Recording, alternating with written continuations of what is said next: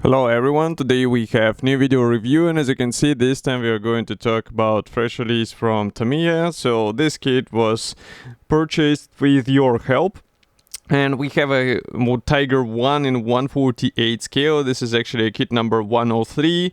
And this is the final shape of this kit, obviously, so you will get exactly the same stuff as what you'll see in this video review. So it will be interesting to check what is new in this release, because Tiger in 148 scale was released before, but this time we get a early production Eastern Front version. So you can see we have a nice box art here, and the kit number, as I said, is 103. Here you can see comparison with my hand. It's a typical box size for such kit from Tamiya. And also here on the side you will find one of the marking options. I guess there won't be a lot of them because it's again Tamiya. And here on the opposite side, I think that's the second marking option. So yeah, two marking options only. But we will see it in marking guide once we will be opening the box. That's what we are doing now. It's a top opening box, and as you can see, all frames are packed into separate plastic bags.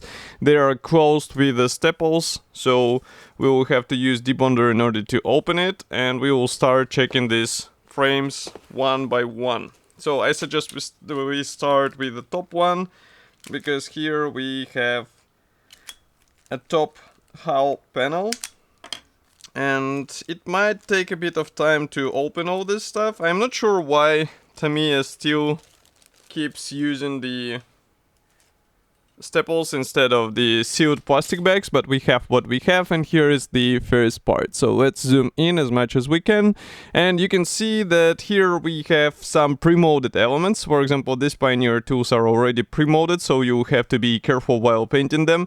The same can be said about engine bay meshes. I know some modelers actually modify them with PE parts, but it will be up to you if you would like to go this way, because it will require some additional investment. And of course it might be tricky for some modelers in this size. Let's not forget that this is a 148 scale kit, and even though it might look big, here is comparison with my hand, it's actually not that huge, and that's why you should keep it in mind while planning your possible upgrades for such release. But overall molding quality, as far as you can see, is really good. If I flip over this sprue here inside, we will find some guiding elements, because as usual Tamiya have the well thought engineering, so it should be easy to combine everything together. Next we continue with the sprue with the letter B and C. So here we will have to zoom out a bit. Okay, and now you can see. So here we have I see the rear exhaust covers. I see also the side skirt parts, the face mask for the front gun, or for the main gun, towing cables, rear stowage box for the turret. Note that main gun is assembled out of two hulls. This is not such a great design in my opinion, especially nowadays. So I would rather recommend, if you plan to spend some extra money, it's better to spend them on the additional main barrel made out of metal. So it means you will get a one-piece element which will be easier to work, and it will look way better than what you get out of the box. This is really strange to see such design nowadays, to be honest, and especially for this price it looks a bit ridiculous to me. Next we continue with parts for the main hull again. So here you can see these are actually panels for the side armor, and overall it looks fine. I don't have anything to say here. You can also notice the slight recesses which will be used for drilling them, and you will need them in order to install various external elements. But again, the overall process should be quite straightforward. As you can see, we have some tabs inside, so it's not like you will have to combine everything by guesswork, and that's why it should be quite a quick process to assemble the main hull at least. While the suspension will take some time, obviously, because we all know how is the suspension on the Tiger. Nevertheless, if you look here on the lower hull section, as you can see, it is, first of all, it is molded as a single piece part, and we also have the suspension arms pre-molded. So this is good, because you get them in the right position, aligned together. So it means you can just use them straight away. Again, we have some minor pre-molded features here. Inside you'll find only the guiding elements for internal elements. For internal parts, if we can say so, not like elements for the elements, but first of all, I do not see the metal weight. I wonder if they got rid of it, because usually 1/48 scale releases from Tamiya, they featured the metal weight for increased weight of the finished model, which were placed inside, and obviously these guidance slots are actually for this metal slug, but it's not here, so maybe it is not included in this release, but I might be wrong, maybe it's under the assembly manual. Next we continue with the sprue letter E. So here we have turret parts, and I think we should zoom out a bit. So due to the design of the turret, it should be also glued out of separate panels, so be ready for this. But I don't think it will be a difficult thing to do. The only thing required from you is to carefully join them, because as you remember, on Rio tank turret does not feature, I would say, clear separation between the side panels and top panel. It's more of a, I would say, smooth joint. So that's why it will be important to replicate it on your model as well. But I don't think it will be a difficult task. And also note that all hatches are molded separately, but I do not see any figure parts here. I am opening the next or the last plastic bag here, which is actually included to house the pair of the sprues for the drivetrain, and here where the fun starts, because we have the plastic tracks. This is good, but we also have a classic, I would say, suspension design for the Tiger, and it means it will be plenty of work. You will have to install all these road wheels separately. Obviously, Tamiya does not provide you with any masks to cover these metal sections and paint the rubber sections, so you will have to do it on by your hand again.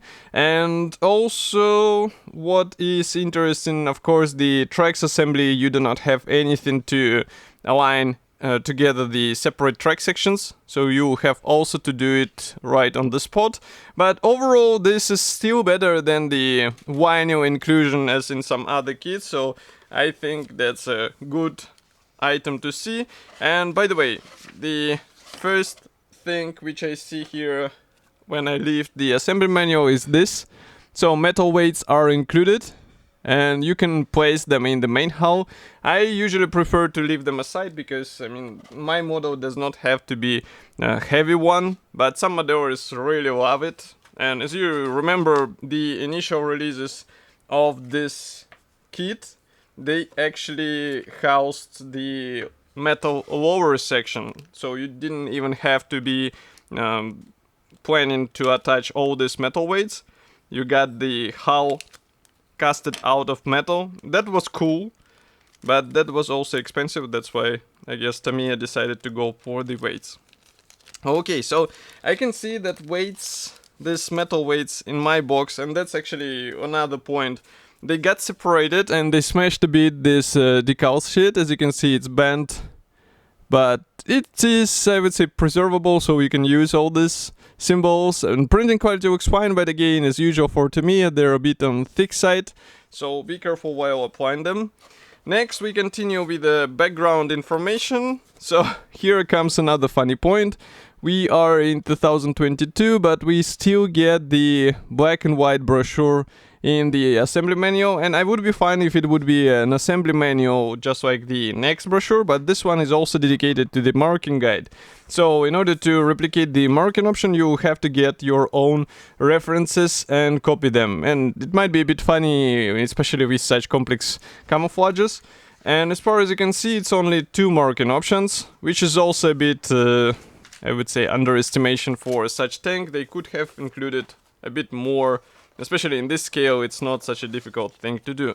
Next, we continue with the tech tips. This is something what you get in every Tamiya kit, so nothing new or surprising. And then we continue with the assembly manual. So here starts the interesting thing, because it will be quite impressive brochure to open if I will be able to open it, because here we have a classic Tamiya layout, so it's not done as a book.